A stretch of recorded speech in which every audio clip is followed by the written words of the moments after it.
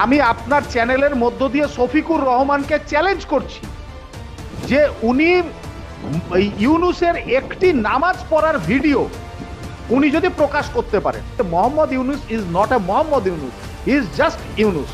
ইসলাম ধর্মে সুদের ব্যবসাটা হারাম, তারপরে উনি সুদের ব্যবসাটাই করেন। নোবেল পুরস্কার প্রাপ্ত একজন ব্যক্তি, সে একটা ইংল্যান্ডের মাটিতে গেলেও কালো পতাকা তাকে দেখানো হচ্ছে।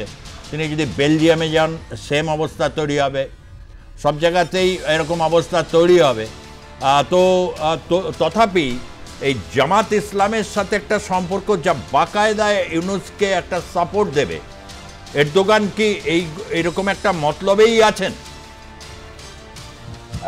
দেখুন, আপনি যদি মূল্য বৃদ্ধি বা এই জাতীয় বলেন, ইনফ্লেশন রেট যদি বলেন, এই মুহূর্তে গোটা পৃথিবীতে সবচেয়ে বেশি মূল্য বৃদ্ধি হচ্ছে তুর্কিতে। এটা আপনাদের জেনে রাখা উচিত। সেটা 37%। সেখানকার জনসাধারণ এটা পৃথিবীর মধ্যে বিরলতম। তো গোটা এই অবস্থাটার মধ্যে সবচেয়ে অর্থনৈতিকভাবে খারাপ অবস্থাতে আছে এরদোগান। আর এদের এই যে কে হবে এই মুসলিম বিশ্বের নেতা, এটা ঠিক করবে আমেরিকা।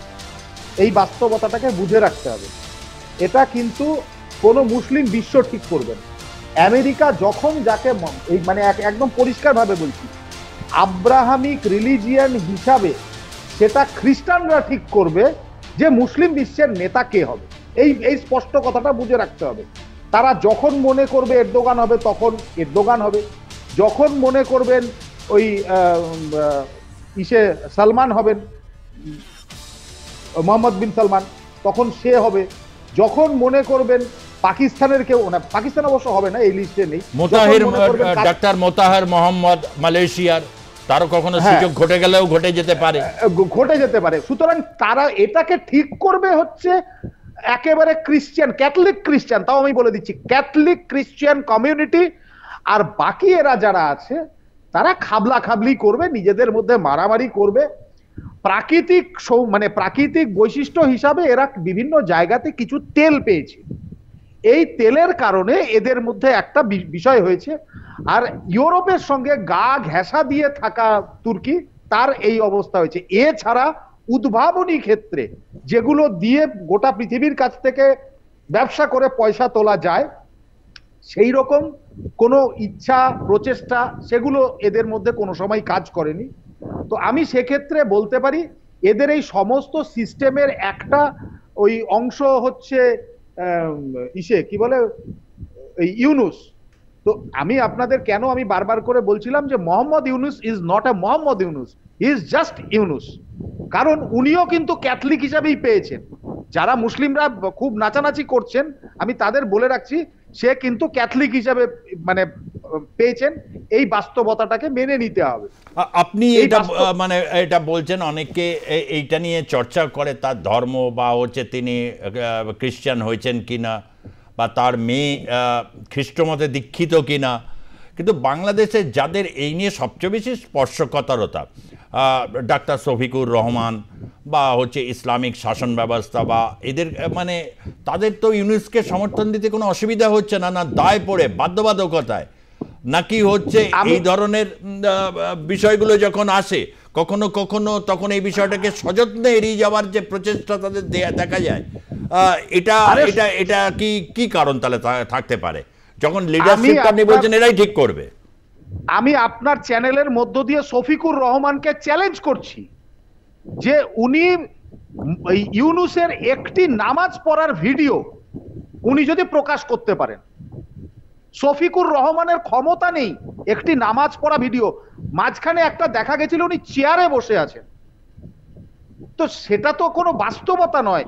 চেয়ারে উনি বসে আছেন একটাই কারণে বসে আছেন, তিনি এটা বলেছেন হ্যাঁ আমি আপনাদের নামাজের এখানে এসেছি কিন্তু আমি নামাজ পড়বো না। এই বাস্তবতাটাকে মানতে হবে। উনি ক্যাথলিক। এই বাস্তবতাটাকে যতক্ষণ শফিকুর রহমানরা না মানবেন বা বাংলাদেশের মানুষ না মানবেন, তারা একজন খ্রিস্টানের মধ্য দিয়ে, আমি চ্যালেঞ্জ করে বলছি, তিনি একজন ক্যাথলিক খ্রিস্টান, ইউনুস একজন ক্যাথলিক খ্রিস্টান। এই বাস্তবতাটা মেনে রাখবে, প্রত্যেকের মনে রাখা উচিত। এবং তিনি একটা টুল। তিনি যে ব্যবসাগুলো করেন, একটা দেখুন ইসলাম ধর্মে সুদের ব্যবসাটা হারাম, তারপরে উনি সুদের ব্যবসাটাই করেন। উনি ব্যবসায়ী একজন, এ নিয়ে কারো কোনো সন্দেহ নেই।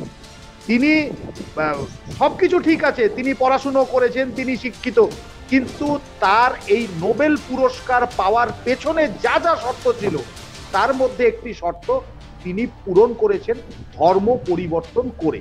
উনি জন্মেছিলেন মুসলিম পরিবারে, কিন্তু বর্তমানে মোহাম্মদ ইউনূস একজন ক্যাথলিক খ্রিস্টান। এই বাস্তবতাটা মেনে রাখতে হবে।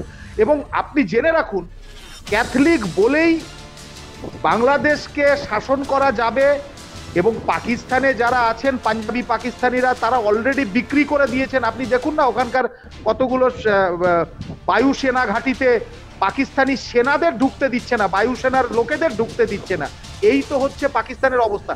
অর্থাৎ এই জায়গাটাকে, গোটা দক্ষিণ পূর্ব এশিয়াটার মধ্যে একদম আমেরিকান কন্ট্রোল বা ক্যাথলিকদের কন্ট্রোল। দুবাইকে কন্ট্রোল করেছে, সেখানে নাইট ক্লাব খুলেছে, মদের দোকান খুলেছে, কুয়েতে ফুটবল খেলা ইত্যাদি করে চালু করে সেখানে ওরা ক্রিশ্চিয়ানিটির একটা সেন্স নিয়ে এসছে। পাকিস্তান অলরেডি গন, কি বলে, বাংলাদেশে ইউনূসকে বসিয়ে দিয়েছে। একমাত্র দু একটা রাষ্ট্রকে পারেনি, সেগুলোকে ধ্বংস করেছে। তার মধ্যে একটা ইরাক, তারপরে লেবানন, তারপরে আপনার কি বলে, আমাদের আফগানিস্তান, এগুলোকে পারেনি। তো বাস্তবিক অর্থে যেগুলো রাষ্ট্র ওদের ওখানে আছে, এগুলো ক্যাথলিকদের দ্বারা পরিচালিত, অথবা ক্যাথলিকদের তেল মেরে তারা ক্ষমতাতে আছে। তাহলে কয়েক ঘন্টার ব্যাপার। এইটা হচ্ছে বাস্তবতাটা, মেনে রাখুন।